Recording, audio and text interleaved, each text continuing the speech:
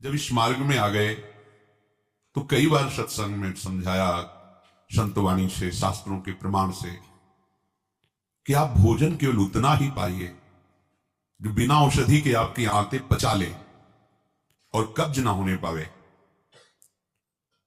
यदि आप रसेंद्री के स्वाद के वशीभूत होकर के प्रसाद खूब ग्रहण कर लिए, वातों की सामर्थ्य नहीं है, क्योंकि आप क्रियारत नहीं हैं।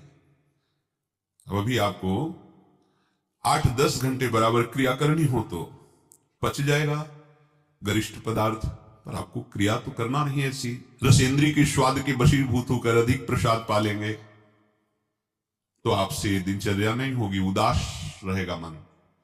कब्ज होने पर भजन में रुचि नहीं रहती, कब्ज होने पर प्रमाद स्थिति रहती है। इसलिए साधक किसी औषधि से कब्ज निवारण का उपाय नहीं है। ये बहुत सावधानी की जरूरत है।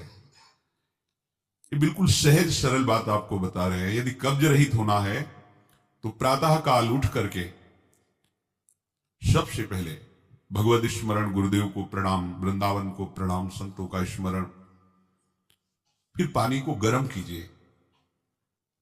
आधा लीटर, पौन लीटर, 1 लीटर, 1.25 लीटर, जितनी तुम्हारी पीने की सामर्थ्य है। रुचि नहीं कह रहे, पी सकते हो। ऐसा गर्म नहीं, चाय जैसा, हल्का गर्म करके और वज्रासन में बैठ करके आराम आराम से पीजिए। 15 मिनट वज्रासन में बैठकर धीरे धीरे पीजिए।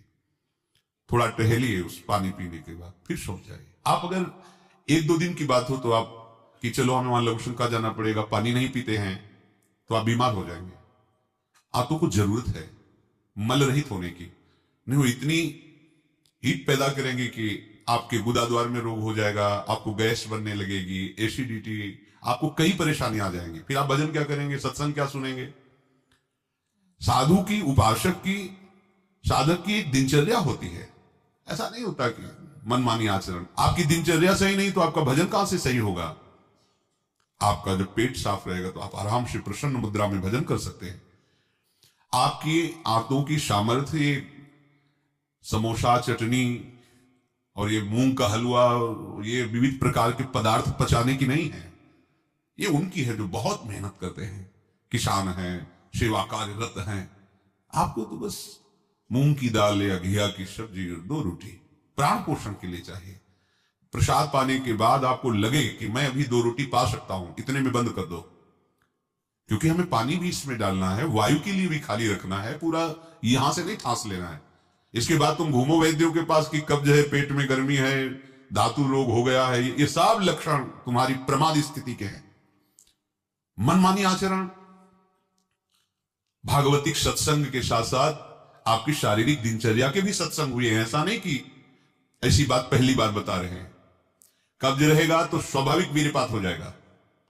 आप गलती के आचरण करेंगे तो नस नाड़ियां इतनी शिथिल हो जाएंगी कि बिना किसी प्रयास के वीर्यपात हो जाएगा। नाना प्रकार की मन की जो वृत्तियां हैं उनको रोकने के लिए पहले हमें थोड़ा शरीर को स्वस्थ रखना है। स्वस्थ रखने का मतलब चर्बी बढ़ाना नहीं है। हल्का भोजन, साधक हुआ, प्रभु की भोग में सब कुछ बन रहा है, वो पा रहे हैं, उनकी महिमा है। हम इतना ले लेते हैं, प्रसाद भी हो गया, अपना जीवन यापन करते हुए भजन कर रहे हैं। कम भोजन, बिल्कुल कम नहीं, पर कम भोजन, ये हमारी आध्यात्मिक शक्ति को बढ़ाता है। अधिक भोजन, सात्विक हो तो भी तमोगुण बन जाता है। दूध सात्विक है, आप थोड़ा लेंगे सतोगुण प्रकट करेगा, और आप अधिक मात्रा में ले लेंगे, वही सतोगुण बढ़ाने वाला तमोगुण बढ़ा देगा, प्रमाद स्थिति ला देगा। पेट साफ नहीं हुआ और डालते चले जा रहे हो तो क्या होगा? हाथों में जलन, ताप ऐसा पैदा होगा कि प्लास्टिक की तरह कड़ा हो जाएगा मल, और वही आपकी फिर गुदाद्वार रोग और भी कई तरह के रोग। आप समझते नहीं। अरे भजन करने के लिए हमें जो अध्यात्म में चलना है, हमारी ये शरीर रूपी गाड़ी स्वस्थ होनी चाहिए। प्रारब्ध वशात अचानक कोई भयानक रोग आता है, वो हमें प्रभु सामर्थ्य देते हैं, नाम भगवान सामर्थ्य देते हैं जिनका जप कर रहे हैं। लेकिन हम प्रमाद स्थिति में, तुम इनको पदार्थों को अच्छा समझते हो क्या? प्राण पोषण के लिए केवल जरूरत है, और ऐसा मत समझे कि अच्छे पदार्थ है खा, काहे को तुम मन की चक्कर में फंस रहे हो? संयम से चलो। पेट नहीं साफ हुआ, भोजन नहीं पाना मत। खीरा ले लिया, मूली ले ली, कम चला ले, एक बार दोपहर में पा ले 2 खीरा 2 मूली, बस शांत। प्राण पोषण के लिए हो गया, अपने आप साफ हो जाएगा। सुबह जब पानी पियोगे एकदम साफ हो जाएगा। नहीं, भजन कहाँ है वो वृत्ति जिससे हमें श्यामा श्याम के सुख वाला बनना है? बस यही दुख में घूमते रहो, फिर शाम के बना, दोपहर के बना, सुबह बना, फिर भी तृप्ति नहीं होगी। मान लो मेरी बात, ये माया की चाल है। साधु अपनी शरीर पर शासन करता है, इंद्रियों पर शासन करता है। शरीर को जितनी आवश्यकता बस उतना कठोर बनो, इस बात के लिए, अपने लिए कठोर बनो, दूसरे की पवाने के लिए नहीं। दूसरा तो भगवत स्वरूप मान, अपने लिए। हर साधक अपने लिए शासन रखे। पहले से देख लो, एक दिन पा के देख लो, मेरा 4 रोटी से काम चल जाएगा, बाल भोग की जरूरत नहीं। मत पाओ। जब आपका पेट साफ नहीं तो बाल भोग रुकेगा नहीं, राज भोग रुकेगा नहीं, क्योंकि बर्बाद ना हो जाए ना, वो शयन भोग रुकेगा नहीं। अब वो फूलता चला जा रहा है, क्रम से मल की परत पे परत जमती चली जा रही। आप इनको समझिए। अभी आप परमार्थ के मार्ग में चले हो, आपको बहुत जरूरी शरीर को हल्का और स्वस्थ रखना, नहीं आपसे भजन नहीं हो पाएगा। ये एक दिन का विषय नहीं कि आप सत्संग में आके बैठ गए हो गया। आपको नित्य सत्संग करना है, आपको नित्य वाणी पाठ करना है, आपको नित्य भजन करना है। आपकी दिनचर्या, आपका खान पान बिल्कुल संयमित होना चाहिए। देखो, यदि आप गंदी बातें करोगे, गंदी हरकतें करोगे, तो विश्व में कोई ऐसा वैद्य नहीं कि आपको ब्रह्मचारी दवा से बना दे। मान लीजिए, हमारी प्रार्थना मान लीजिए, यदि आपने अंगों को छेड़ा नहीं है तो लिख लो, आपका ब्रह्मचर्य क्षीण नहीं हो सकता। मानसिक चिंतन गंदा, प्रक्रियाएं आपकी गंदी, खान पान आपका ठीक नहीं, तो एक रोक के आप देखते जाना, आपको भजन में रुचि क्या, शरीर को नहीं संभाल पाओगे। मान जाओ मेरी बात। 24 घंटे में प्राण पोषण के लिए 2-4 रोटी काफी है।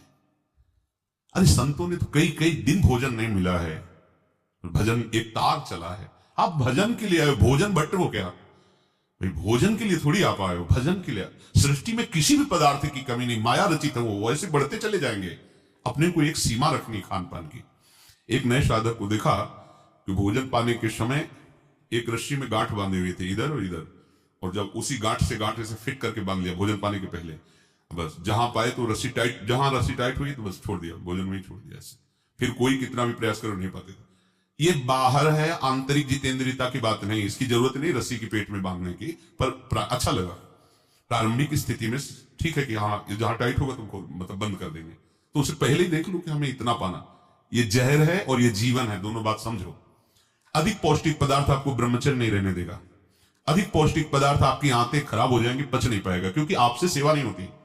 अगर 8-10 घंटे पसीना वाली सेवा हो कि फावड़ा चल रहा है, आप हल जोत रहे हैं, बड़ी मेहनत कर रहे हैं, दौड़ भाग हो रही, चलता है, आप पाइए पच जाएगा।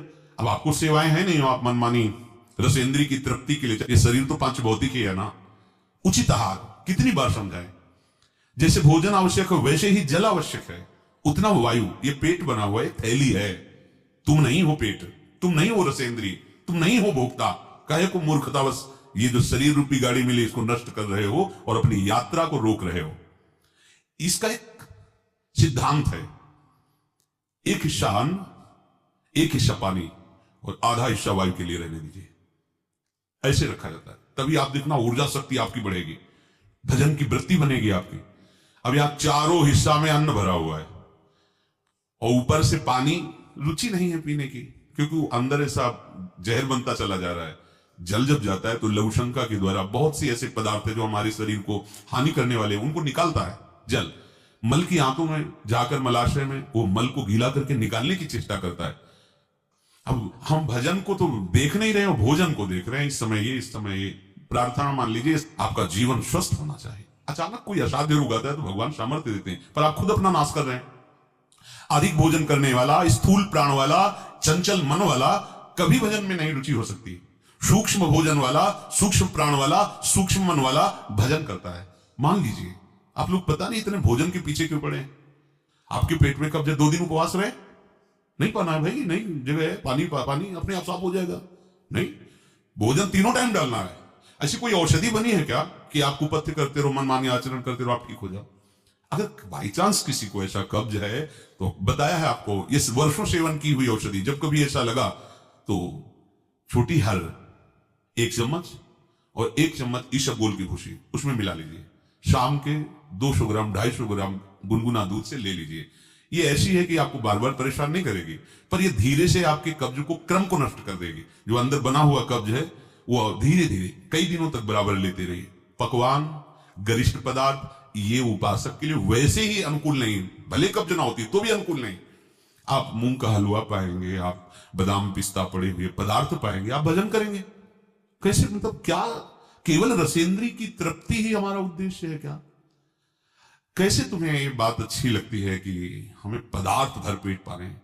अरे हमें भरपेट भजन करना है। अब वो देखने को नहीं मिलती वो बात जो पुराने साधुकों में एक जलन होती है, एक ताप होता है भगवत प्राप्ति के लिए। हर समय भजन के लिए व्याकुल रहता है, उपाय करता रहता है, नई नई युक्तियां सोचता है भजन के लिए। और हम नई नई युक्तियां सोचते हैं भोजन के लिए। आज ये कब तक खाते रहोगे? शरीर को कब तक पोषित करते रहोगे? मरेगा, नष्ट होगा। जिस काम के लिए है वो काम बना लो। ये तुम्हारा शरीर नहीं है, तुम शरीर नहीं हो, ये नष्ट होगा। मान लीजिए आप यदि गलत क्रिया नहीं कर रहे हैं और आपका पेट साफ है तो विश्वास मानो ये ब्रह्मचर्य वो चीज नहीं कि स्वाभाविक नष्ट होती जाए। जिनको ये है कि होती है, तो यदि 8 दिन में आपने नष्ट किया है और अब आप रोकना चाहते हैं तो वर्षों आप नहीं रोक सकते। वो 8 दिन 10 दिन के अंतर्गत नष्ट होगा, स्वाभाविक नष्ट होगा। अगर आप छेड़ेंगे नहीं तो धीरे धीरे अंतराय बनता चला जाएगा, एक दिन आप ब्रह्मचारी हो जाएंगे। अगर आप कोई ऐसी गलत क्रिया करते हैं, गलत आहार करते हैं, तो ही ऐसा है। नहीं, ये कोई ऐसी नहीं कि स्वाभाविक प्रवाहित होता रहे, ऐसा नहीं। ये आपकी गलती का परिणाम है। आपने बहुत ही गलत कार्य किए, अपने ऊपर गलत किया, इसीलिए आपकी दुर्दशा है कि आपकी धातु जाते। ये धातु रोग जाते किनको होते हैं? विषयी पुरुष को, पामरों को, जो नीच प्रकृति से नीच क्रियाएं करते हैं। ऐसे ये धातु कोई ऐसी चीज थोड़ी कि स्वाभाविक निकल जाती है, ऐसा नहीं है। एक मनोवाह नाड़ी है अंदर। भीष्म पितामह जी परम ब्रह्मचारी है, वर्णन करते। अगर उसको ताप नहीं पहुंचा मनोवाह नाड़ी को तो वीरपात हो ही नहीं सकता। ये तभी पात होता है जब उसका ताप की 2 प्रक्रियाएं, पहला चिंतन, दूसरी क्रिया। अगर आपने कामाशक्त होकर चिंतन किया तो कामाग्नि मनोवाह नाड़ी को ताप से युक्त कर देगी। अब वो क्रिया हो ना हो, वो आपका नष्ट हो जाएगा। आपने कोई क्रिया की तो नष्ट हो जाएगा, ये कोई सवाल ही नहीं उठता। ये नई नई अवस्था के बच्चे धातु रोग से ग्रसित हो रहे हैं, कमर दर्द कर रही है, आंखों में कम दिखने लगा है, ये परेशानियां, वो परेशानियां। इसका कारण आप हैं, आप देखिए ना। इस विषय पर कोई चर्चा नहीं करना चाहता, ना सुनना चाहता है। केवल पशुवत आचरण के लिए छूट मिल जाए बस। सावधान रहिए, ये जीवन खिलवाड़ नहीं, चाहे आप गृहस्थ हो चाहे विरक्त हो। ये जो ब्रह्मचर्य है ये आपको अच्छा गृहस्थ बनाएगा, ये ब्रह्मचर्य आपको अच्छा उपासक बनाएगा। अगर आप इसको यूं ही छीण करते रहे, चाहे गृहस्थ हो या विरक्त हो, तो आप किसी काम के नहीं रह जाएंगे।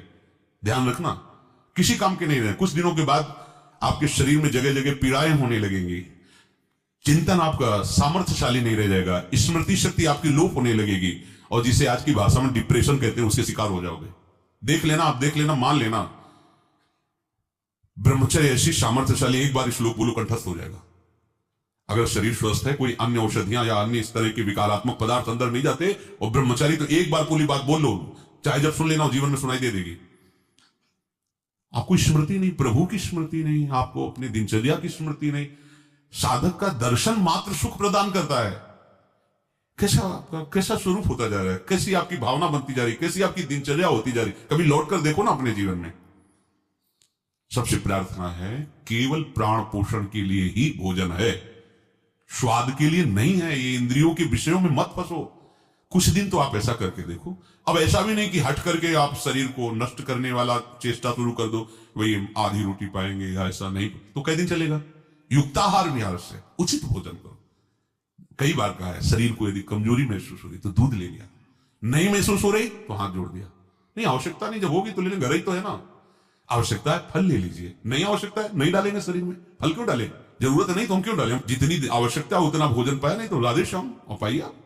हमारा एक बार से काम चल जाता है, भोजन से नहीं पाना 3 बार बाल भोग राज भोगी सब। क्यों आप इस पे परेशान हो रहे? ऐसी ये दिनचर्या आप लोगों की कोई भी हो ठीक नहीं है। आप भगवदाकार वृत्ति नहीं कर पाएंगे। वृत्तियां तो वही, चाहे शरीर में लगा लो चाहे प्रभु में लगा लो। तो यहां प्रभु कह रहे योन्ता सुखोन्तरा रामस, जो केवल अपने आराध्य देव के सुख में सुखी रहता है, आराध्य देव के सुख वाला है। और यहां विषयों के सुख वाला हम बनना चाहते हैं और चलते हैं परमार्थ के मार्ग पर। सावधान रहिए, बाह्य विषय दुख योनया हैं। आप देख लीजिए, भगवान के वचन हैं, इनसे दुख ही प्रकट होगा। उचित आहार, बहुत संयम चाहिए साधु को, बहुत संयम चाहिए। चाहे साधु का मतलब हम केवल भेष नहीं ले रहे, साधुता के मार्ग से ले रहे हैं, भगवत प्राप्ति के मार्ग से ले रहे हैं। ये आहार विष भी है और अमृत भी है, दोनों बातें जान लीजिए। क्षुधा रूपी व्याधि की केवल चिकित्सा भोजन से करनी है। ये विलासिता बंद करो अपनी जबान की। बनने को सृष्टि में सब कुछ है, सब कुछ के भोक्ता हो क्या तुम? ऐसे श्री जी की रसोई में सब कुछ बन रहा है, तुम सबके भोक्ता हो क्या? प्रसाद में वो देखा जो हमारी आते 50 सकती, थोड़ा डालो, रात दिन भजन में रहो।